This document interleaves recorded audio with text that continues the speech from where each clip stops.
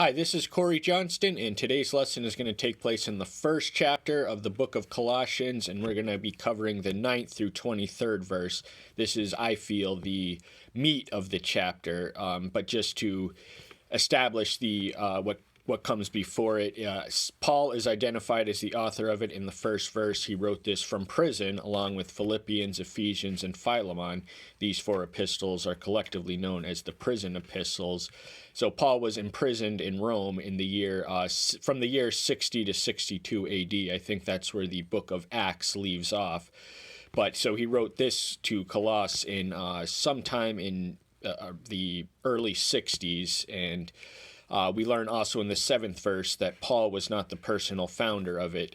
Epaphras, of whom we read, was the father of the church, and in all likelihood, Paul, who spent a period of 2 years at Ephesus. Colossus was located some 120 miles away from Ephesus, and it was a town in the decline, which would also be obliterated by a volcano or a natural disaster not long after the writing of this. So even though the Colossian assembly disappeared, their message to them endures for us to learn. And his emphasis is more on doctrine. This is really doctrinal masterpieces. And Paul, a lot of people have the mistaken notion that he was just a superstar saint from right the beginning. He was visited by the Messiah on the road to Damascus, and then he just took the gospel to the 4 corners of the earth. But in truth, we learned that he spent 3 years before he even approached the assembly, seeking the authentic revelation. So the best things do take time. And with Paul, we can say that there's a maturity to his work that makes his later works partly more profound than his earlier works. He was a skilled writer, but there's a marked difference between Galatians, which is the earliest written one. I did every book on that. If you're curious, you can type in Corey Johnston Galatians in the search engine. But so Paul functioned as the grandfather, the spiritual grandfather of the church, because in all likelihood he would have converted Epaphras, the man who founded the faith in that city, while he was in his 2 years in Ephesus, of which we read in Acts 19. But so Paul has never visited this church ever. So he's writing from the distance in a prison. And the first 2 chapters of the 4 chapters, it can be divided into doctrine and then practical advice. So it follows a somewhat systematic formula, as do much of his later works. So we do get semi-systematic theology in this book, and we're going to open with the 9th verse, which reads, "That is also why we, from the day we heard, have not ceased praying for you, and asking that you be filled with the knowledge of his will, in all wisdom and spiritual understanding." Paul is a man of prayer. Here we read that he is fervently praying. We get the sense of continuity, night and day, for the spiritual welfare of the Colossians, and it's not enough to say, Heavenly Father, please bless this person or that church or this church. We have to be specific in our prayers, and we witness that in Paul. So he is praying specifically that they might grow in the knowledge to know his will, which is the most infallible guide for any saint trudging the path. And without it, we simply cannot function. "To walk worthily of the Master, pleasing all, bearing fruit in every good works, and increasing in the knowledge of Elohim." So on the path to knowledge, while they're increasing in the knowledge, they're also going to have the reciprocal effect of being a living witness, a testimony of the Master by walking as he walked, living like he lived, doing the things he did and saying the things he did, spreading his word, basically. And fruitfulness is the mark and measure of a spiritually successful life. They bear fruit, which multiplies by nature and spreads to others. So the bounty is not for the worker who bears fruit alone. And this is all made possible as they increase. So this closes his prayer, or the contents of it. "Being empowered with all power, according to the might of his esteem, for all endurance and patience with joy." Honest mistake, I the prayer continues, or the contents of it.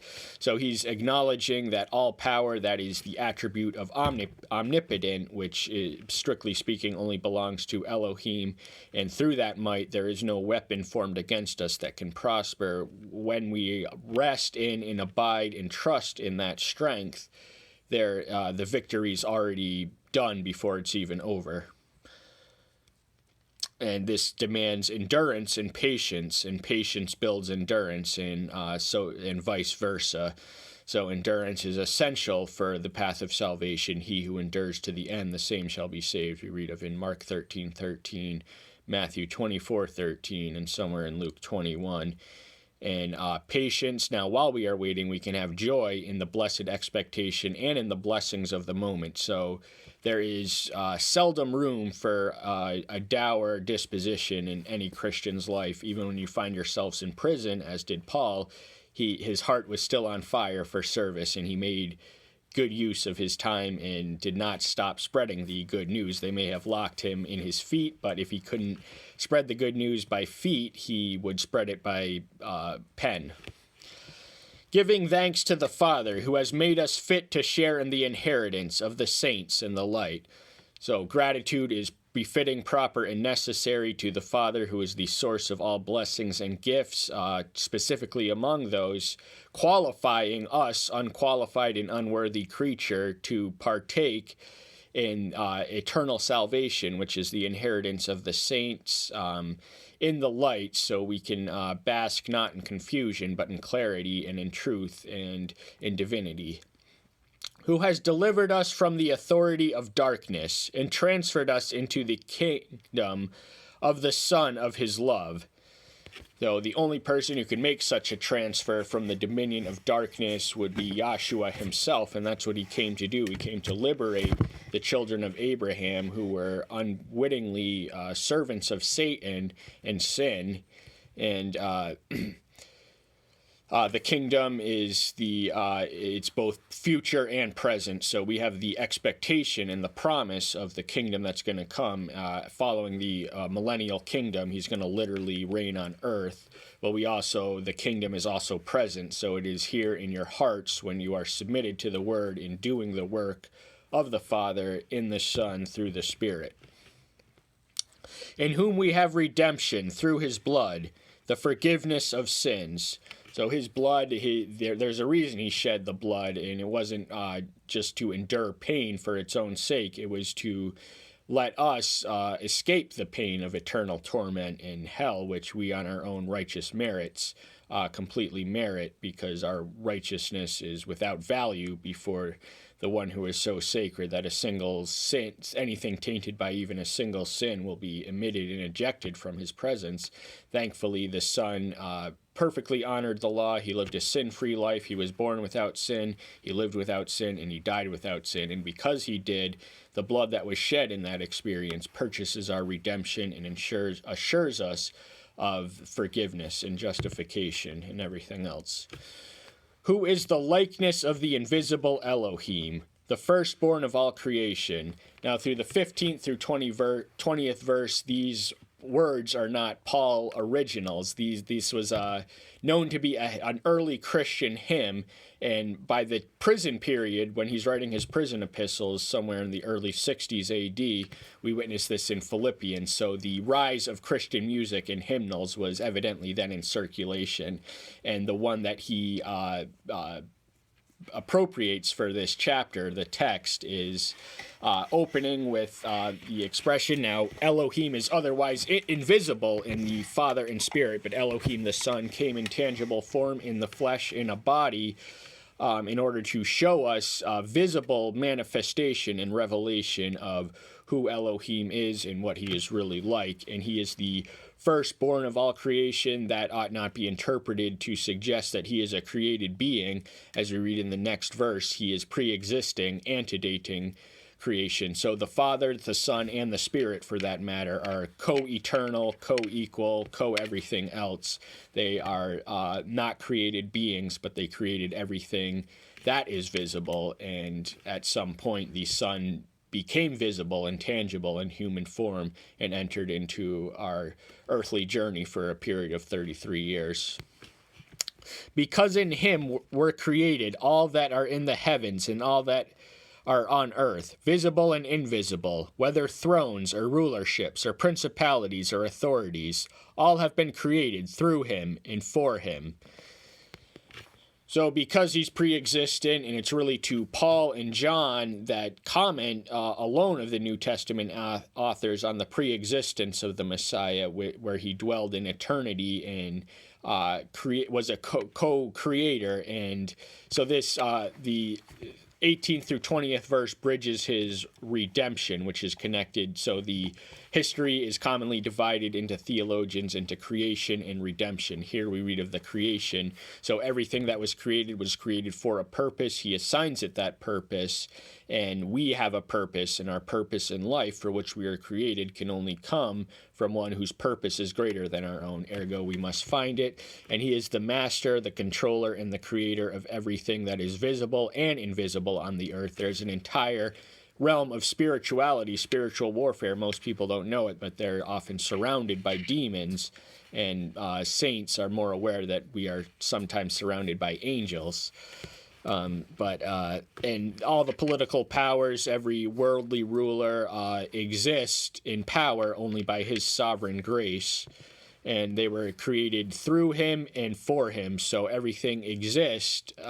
He owns. He is the owner of all existence and creation.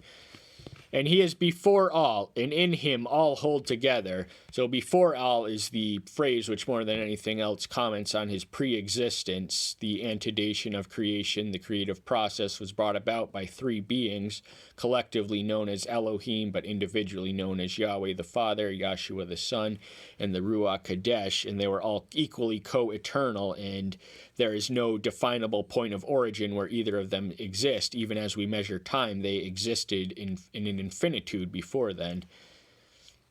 And the operation, now setting the wheels in motion for the universe, the explosion and the expansion of space is one thing, and that's remarkable in itself, but also the ability to maintain that operation or hold it together, to use Paul's word, is another element of his magnificence. And he is the head of the body, the assembly, who is the beginning, the firstborn from the dead, that he might become the one who is first in all. So as the head, now the Greek word it denotes an authority figure. Now in the English language, we have the image of the head, which we can connect to the body that Paul likens the church to in Romans 12 and 1 Corinthians 12 actually, in a few other places. Ephesians 4, I believe, is another one of them. Everything has its origin in him and finds its fulfillment in him. So we get the cycle that he is first in all. So that means he set everything in motion, and it's all coming to a close according to his purpose. Because in him all the fullness was well pleased to dwell. Fullness is a term we elsewhere find somewhere in his second chapter. I can't find it right away, but it denotes or entails the completion and the totality of divinity. So even though he was a human, he did not cease being 100% divine or 100% human. And but it dwelled. A lot of religions have difficulty comprehending how divinity could dwell in an earthly frame. And there's a lot we don't know as Christians. The aspect of mystery must be preserved intact in order to preserve the sublime beauty of the theory and doctrine. But that's something to think about, because the Islamic conception of Allah is so transcendent that it doesn't allow for the creation or existence of a son in divine form. And the Jews rejected his claim to divinity and have more or less ever since. And through him to completely restore to grace all unto himself, whether on earth or in the heavens, having made peace through the blood of his stake. So the universe, the story of the universe, is going to end on a happy ending. We have that promise and guarantee because he set everything in motion. He's the author of providence, and it's all arranged for the benefit of the saints and those who walk in him, and who, if he is your everything, he will give you everything. And life cannot, creation and redemption cannot end much better than that, and it was accomplished on the cross. So because he was crucified, he reconciled the otherwise unbridgeable gap between humanity and divinity, and he did it as a human and as a God. And you, who were once estranged and enemies in the mind by wicked works, but now he has completely restored to favor. So even though the world is at war with Yahweh and God, I mean, just look at our age today. There's a revulsion against the things of God, that which represents God, that which is of God, that which is actually against God himself.